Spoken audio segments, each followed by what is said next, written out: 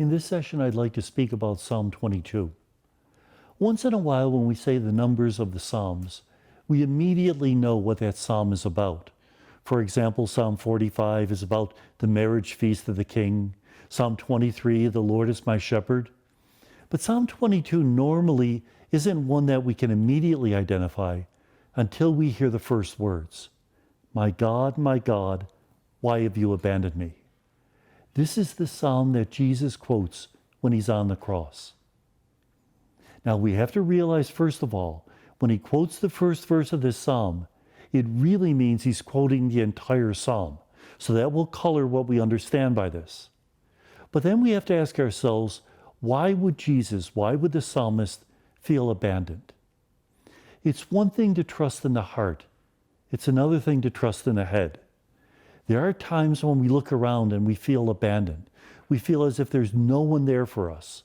Remember how when Jesus was on the cross, there were so few of his disciples who followed him.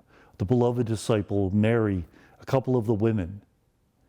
The rest ran away, denied, or even betrayed him.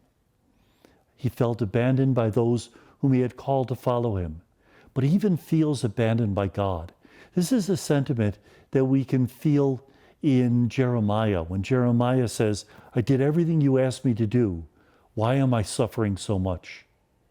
Now, the interesting thing about this lamentation is that it's very specific about how this person is suffering.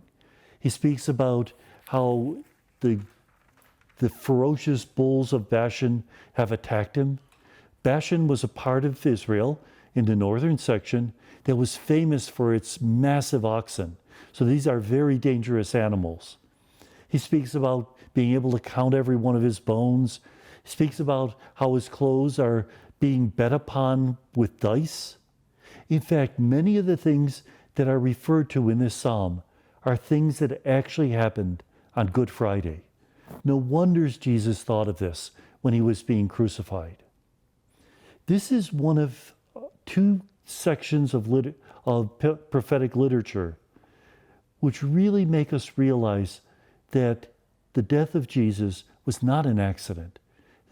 This was part of God's eternal plan. The other set of literature are the songs of the suffering servant. They're 4 poems found in 2nd Isaiah, chapters 40 to 55 of Isaiah, that talk about a mysterious figure who would suffer for the sins of the people, die, be buried, and be raised from the dead. Likewise, this psalm talks about the suffering of this messianic figure. We can't quite call him the Messiah because the Jewish people said that the Messiah would conquer the enemies of Israel. These figures die, they lose, but in their death, they follow the will of God and conquer hate with love. Most of the time when prophets talked about the Messiah, it's as if they were talking about their own times.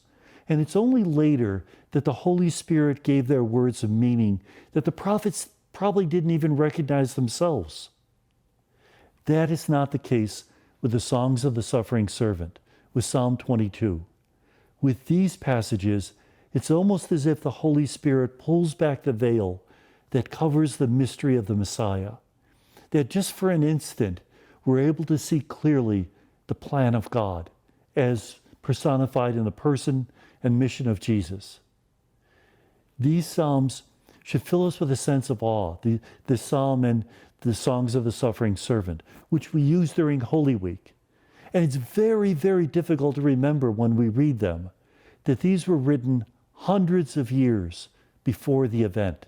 It almost sounds as if they were written after the crucifixion. That's not the case. This was part of God's eternal plan that was unfolding in the chosen time. Now, one last thing to remember about Psalm 22. It ends like almost all of the Lamentations end, with a section called a Todah.